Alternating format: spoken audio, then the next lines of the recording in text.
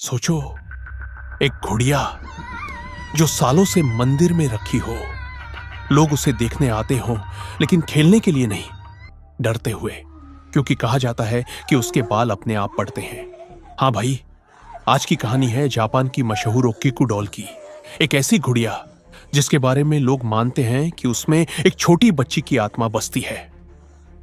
यह कहानी शुरू होती है जापान में करीब 1918 के आसपास।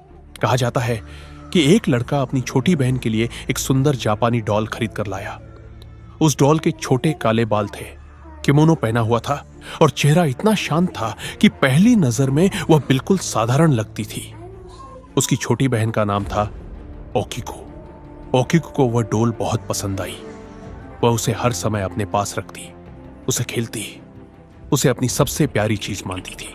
लेकिन कुछ ही समय बाद ओकीकू गंभीर रूप से बीमार पड़ गई और फिर बहुत छोटी उम्र में ही उसकी मौत हो गई। उसकी मौत के बाद परिवार टूट गया। घर में जहां पहले उसकी हंसी गूंजती थी, अब वहां सन्नाटा था। परिवार ने उस डॉल को फेंका नहीं, बल्कि उसे घर के एक खास स्थान पर रख दिया, जिससे वह सिर्फ एक खिलौना नहीं, ओकीकू की आखिरी याद हो। लेकिन कुछ समय बाद परिवार ने एक अजीब बात नोटिस की। उस डॉल के बाल जो पहले छोटे थे, अब पहले से लंबे दिखने लगे। पहले उन्हें लगा शायद वे गलत दिख रहे हैं, फिर लगा शायद दुख की वजह से दिमाग खेल कर रहा है। लेकिन समय के साथ उन्हें यकीन होने लगा कि बाल सच में बढ़ रहे हैं। अब यह बात डरावनी हो चुकी थी, क्योंकि एक गुड़िया के बाल अपने आप कैसे बढ़ सकते हैं।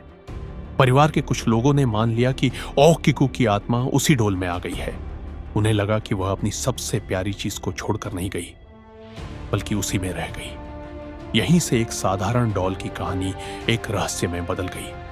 समय बीतता गया, लेकिन उस डॉल का डर कम नहीं हुआ। आखिरकार उस परिवार ने उस डॉल को जापान के मनेंजी टेम्पल में सौंप दिया और कहा जाता है कि आज भी वह डॉल वहीं रखी है। सबसे रहस्यमयी बात यह है कि मंदिर से जुड़ी कहानियों में भी यह दावा किया जाता है कि उस डॉल के बाल समय समय पर बढ़ते रहे और उन्हें काटना पड़ा। अब सोचो, एक मंदिर के शांत कमरे में एक डॉल रखी हो, जिसके बारे में लोग कहें कि उसके बाल अब भी बढ़ते हैं, तो उसे देखकर कैसा लगेगा। यहीं से ओकीकू डॉल पूरे जापान और फिर दुनिया भर में एक हॉन्टेड लेजेंड बन गई। कुछ लोग कहते हैं यह सच है, कुछ लोग कहते हैं यह सिर्फ एक इमोशनल कहानी है जो एक बच्ची की मौत के बाद धीरे धीरे रहस्य बन गई।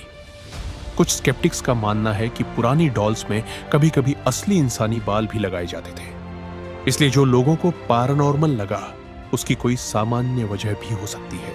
लेकिन सवाल अभी भी वही है, अगर यह सब सामान्य था तो इतनी सालों तक लोग इस डॉल से बेचैन क्यों होते रहे? और अगर यह सिर्फ कहानी है तो यह इतनी जिंदा क्यों लगती है? ओकीकू डॉल की सबसे डरावनी बात उसका चेहरा नहीं है, न उसकी आंखें, बल्कि यह बात है कि वह एक मासूम बच्ची की याद से जुड़ी है।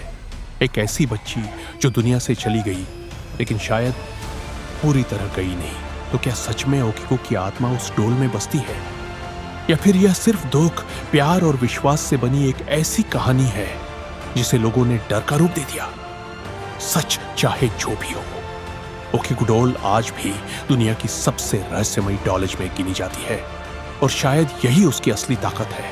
वह चिल्लाती नहीं, हिलती नहीं, हमला नहीं करती, वह बस चुपचाप रखी रहती है और लोगों के मन में एक सवाल छोड़ देती है, क्या उसके बाल सच में बढ़ते हैं?